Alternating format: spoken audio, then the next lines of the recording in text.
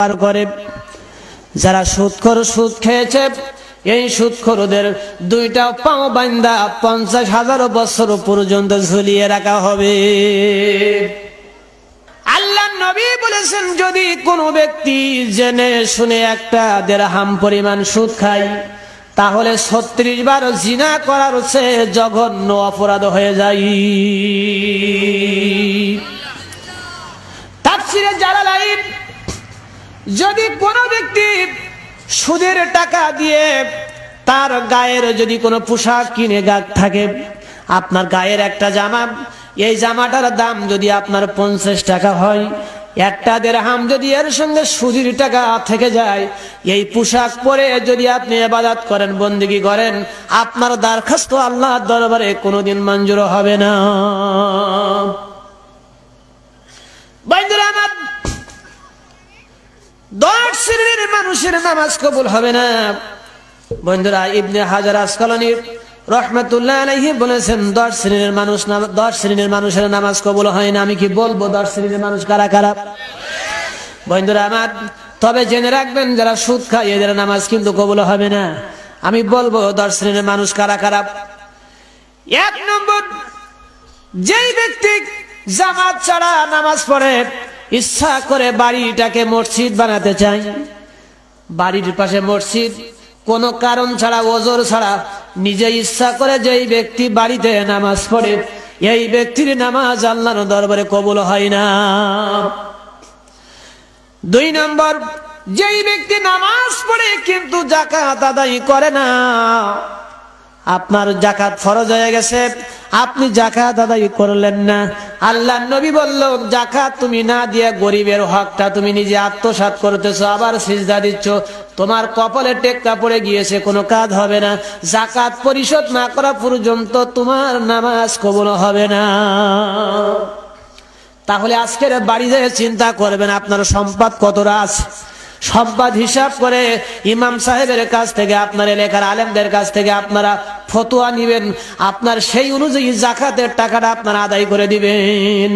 আল্লাহর নবী বলেছেন, আমি কসম করে বলতে পারি, যেই ব্যক্তি আপনার মালের যাকাত দেয়, যেই ব্যক্তি দান করে, এই ব্যক্তির সম্পদ কোনোদিন কমে না, বরং বাড়ে। বন্ধুরা আমার, 3 নম্বরে, কারণ আল্লাহ যেখানে নামাজের কথা বলেছেন সেখানে যাকাতের কথা আছে না নাই? ওয়াকিমুস সালাতা ওয়া আতুজ যাকাতা ওয়ারকাউ মা'র রাকিঈন, কোরআনে আছে না নাই? বন্ধুরা আমার, যেখানে নামাজের কথা সেখানে আল্লাহ যাকাতের কথা বলে দিয়েছেন। 3 নম্বরে, যেই ব্যক্তি ইমামতি করে কিন্তু নেককার মুসল্লিরা ইমামকে পছন্দ করে না, ইমামের ভিতরে খুলুসিয়াত নেই, ইমামের ভিতরে সুন্নতের আমল নেই, ইমাম কোরআন মানে না, কোরআন অনুযায়ী চলতে চায় না, ইমাম সুবিধাবাদী ইমাম আছে না নাই? বন্ধুরা আমার, মসজিদের মুতওয়াল্লি, সভাপতি, সেক্রেটারিদের খুশি করার জন্য ইমাম কোরআনের হক কথাগুলি তিনি বাইপাস করে, গোপন করে। সভাপতি আর সেক্রেটারি সরকারি দলের লোক, ওদের খুশি করার জন্য ইমাম বক্তৃতা দেয়, এই ইমামের নামাজ আল্লাহর দরবারে কবুল হবে না। 4 নম্বরে, পালায়নকারী গোলাম। কোন গোলাম যদি মুনিবের বাড়ি থেকে পালিয়ে যায়, ফিরে না আসা পর্যন্ত তার নামাজ কবুল হবে না। 5 নম্বর, মদ্যপায়ী, যেই ব্যক্তি মদ পান করে, আল্লাহর নবী বলেছেন, যেই ব্যক্তি মদ পান করে এই ব্যক্তির নামাজ আল্লাহর দরবারে কবুল হবে না। বন্ধুরা আমার, 6 নম্বর, যে মহিলার প্রতি স্বামী অসন্তুষ্ট থাকে, এই মহিলার নামাজ আল্লাহর দরবারে কবুল হবে না। হাদিসের মধ্যে এসেছে,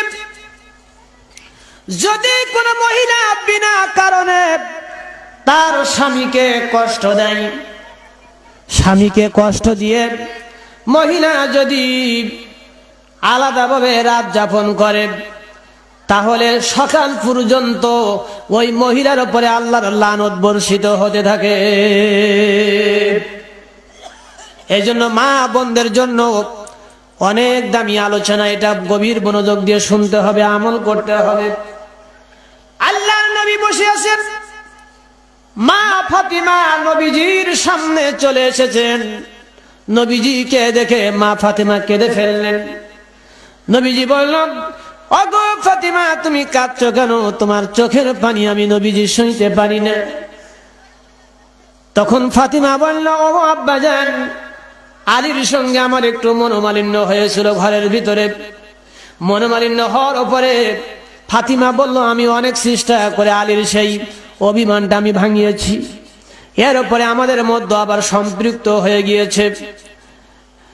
আল্লাহর নবী বলল, ও ফাতিমা, তুমি যদি আলীকে কষ্ট দিয়ে যদি তুমি ওই অবস্থায় মারা যেতে, আমি বিশ্বনবী তোমার নিজের পিতা হয়েও আমি তোমার জানাজার নামাজ পড়তাম না।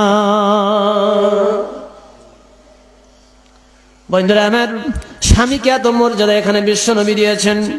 এই জন্য মহিলাদেরকে বলবো, ও মায়েরা বোনেরা, আপনাদেরকে আমল করতে হবে। 3টা কাজ: পর্দা মানতে হবে, স্বামীর হুকুম মানতে হবে, আপনার সন্তানদেরকে ইসলামী শিক্ষায়, কোরআনের শিক্ষায় শিক্ষিত করতে হবে। তাহলে কিয়ামতের দিন মা ফাতিমার দরজা আল্লাহ আপনাদেরকে নসিব করে দিবে। বন্ধুরা, 7 নম্বর, যে মহিলা ওড়না ব্যতীত পর্দা ছাড়া নামাজ পড়ে।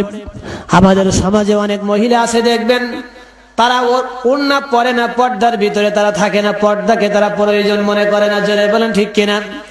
বন্ধুরা আমার, এমন মহিলা আছে না নাই? বন্ধুরা আমার, মহিলারা পর্দা মানবে না, পর্দার কথা বলবে না। আবার বাংলাদেশে আইন প্রণয়ন হয়েছে যে ইফটিজ বন্ধ করতে হবে। জোরে বলেন ঠিক কিনা? আমি গভর্নমেন্টকে, সরকারকে অনুরোধ করেছি বা পরামর্শ দিয়েছি যে আপনারা ইফটিজ যদি বন্ধ করতে চান তাহলে পার্লামেন্টে পর্দার আইনটা পাশ করে দেন, তাহলে ইফটিজ বন্ধের জন্য নতুন কোন আইনের দরকার হবে না। যারা বলেন ঠিক কিনা ভাইরা আমার? পর্দা মানাটা কি সুন্নাত না নফল? পর্দাটা হচ্ছে ফরজ। নামাজ পড়া, রোজা রাখার মতো অবশ্যই করণীয়, এটা একটা ফরজ। পর্দাটা হচ্ছে একটা ফরজ, একটা ইবাদত। অথচ সেই ব্যাপারে আমাদের দেশে কোনো কথা নাই। জোরে বলেন ঠিক কিনা? মহিলাদেরকে অবাধে চলার সুযোগ করে দেওয়া হয়েছে। পার্লামেন্টে যদি একটা বার বলা হতো যে আগামীকাল প্রত্যেক বয়সপ্রাপ্তা মহিলাদের জন্য পর্দাকে বাধ্যতামূলক করা হলো, তারপর দিন থেকে আর বাংলাদেশে কোনো ইফটিজ থাকবে না। জোরে বলেন ঠিক কিনা? কিন্তু পর্দার ব্যাপারে কোনো আইন পাশ না কইরা ইফটিজ বন্ধের জন্য কিয়ামত পর্যন্ত নতুন আইন যতই পাশ করেন, ইফটিজ বন্ধ হবে না। হবে কি? বন্ধুরা আমার, 8 নম্বর, জালিম বাদশা, তার নামাজ আল্লাহর দরবারে কবুল হবে না। 9 নম্বর, সুদখোর, যিনি ইচ্ছা করে জেনে শুনে সুদ খায়, এই সুদখোরের নামাজ আল্লাহর দরবারে কবুল হবে না। 10 নম্বর,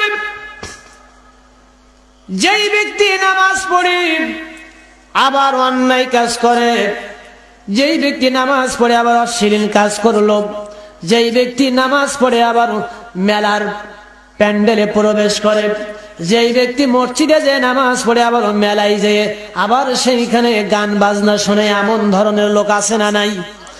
এদিকে মসজিদের সেক্রেটারি, মসজিদের কমিটির মেম্বার, আবার মেলার ওই কমিটিরও মেম্বারও হয়ে থাকে। এই ব্যক্তির নামাজ আল্লাহর দরবারে কবুল হবে না।